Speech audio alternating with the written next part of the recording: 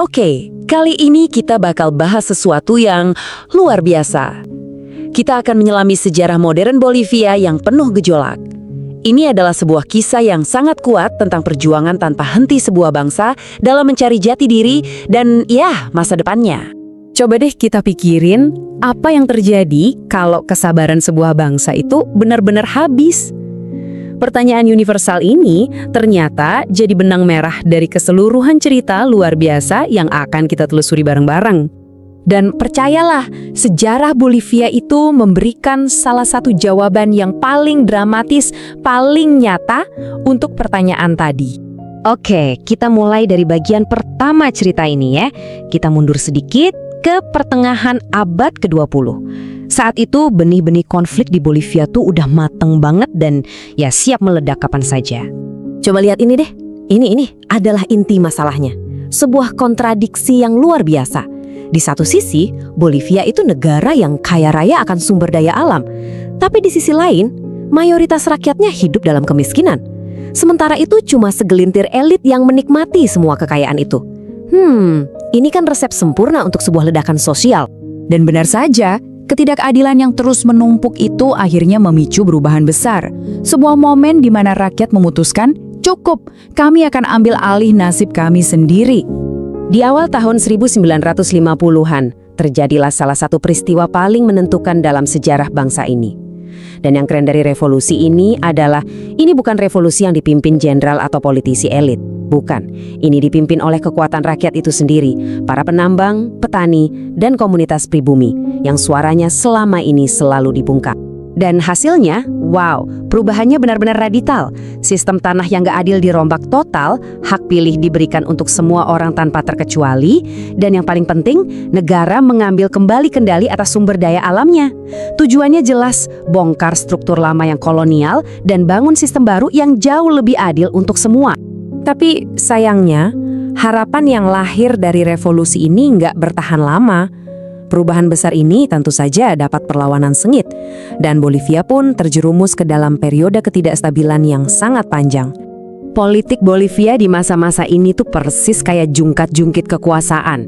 Setiap kali ada kemajuan menuju demokrasi, selalu ada reaksi balik dari militer dan para elit. Dalih mereka biasanya sih menjaga stabilitas, tapi kenyataannya, tindakan mereka justru malah memperparah penindasan dan ketidakadilan. Jadi gimana sih siklus yang kayaknya nggak ada habisnya ini akhirnya bisa berhenti? Nah, kita maju lagi ke akhir abad ke-20.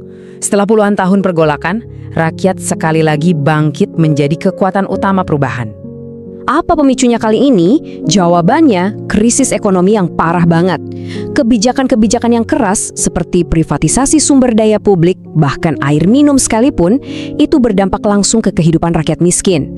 Inilah yang jadi percikan api untuk gelombang protes besar-besaran. Gerakan ini bukan lagi sekedar demo kecil-kecilan ya. Ini adalah gelombang perlawanan yang menyatukan seluruh negeri. Para pekerja, petani, masyarakat pribumi, kelompok-kelompok yang seringnya terpecah sekarang bersatu. Mereka menuntut satu hal, perubahan fundamental tentang bagaimana negara mereka seharusnya dijalankan. Nah, dari gelombang protes masif inilah lahir sebuah pergeseran politik yang monumental. Sesuatu yang belum pernah terjadi sebelumnya dalam sejarah panjang Bolivia. Momen berikutnya ini sangat-sangat bersejarah. Saking pentingnya, kita perlu jeda sejenak untuk meresapinya. Ini terjadi untuk pertama kalinya. Ini dia intinya. Terpilihnya Evo Morales, seorang pemimpin dari komunitas pribumi Aymara. Itu punya makna simbolis dan politis yang luar biasa besar. Ini adalah representasi suara mayoritas yang selama berabad-abad nggak pernah didengar di kursi kekuasaan tertinggi. Pemerintahan yang baru ini lalu memperkenalkan konsep yang revolusioner. Mereka mendeklarasikan Bolivia sebagai negara plurinasional. Artinya apa?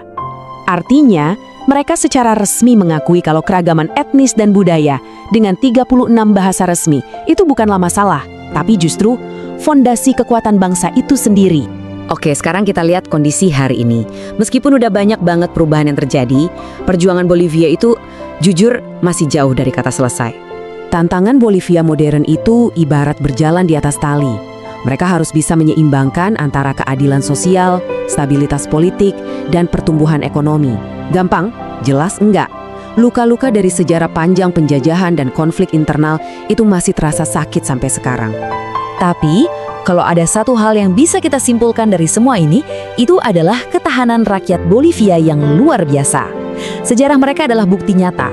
Meskipun mereka telah jatuh berkali-kali, mereka selalu menemukan kekuatan untuk bangkit lagi dengan tekad yang bahkan lebih kuat. Dan semua ini meninggalkan kita dengan satu pertanyaan besar yang menggantung di udara. Akankah Bolivia di masa depan mampu mengatasi perpecahan mendalam dari masa lalunya untuk membangun persatuan yang sejati dan berkelanjutan? Sejarahnya belum selesai ditulis, dan dunia terus menyaksikan dengan napas tertahan.